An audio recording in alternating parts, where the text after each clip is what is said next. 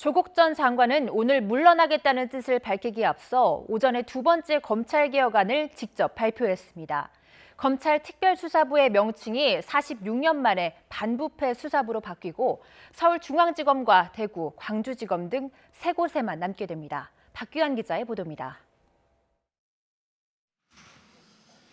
대기업 총수의 횡령 사건부터 대법원장 사법농단 의혹까지 주요 대형 사건 수사의 대명사인 검찰 특별수사부가 지난 1973년 만들어진 지 46년 만에 폐지됩니다.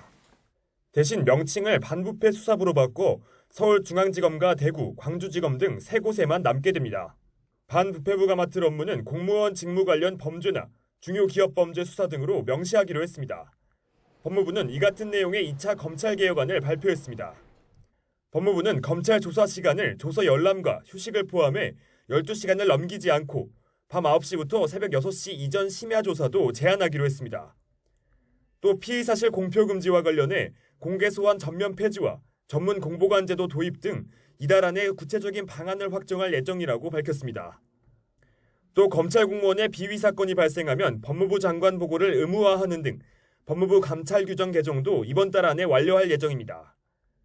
다만 법무부의 감찰권 강화로 검찰에 대한 정권의 외압 가능성이 높아질 수 있다는 지적도 나옵니다. 법무부 감찰이 너무나 엄격해지고 검찰의 사사건 개입하게 되면 결과적으로 검찰 자체는 법무부의 눈치를 볼 수밖에 없고.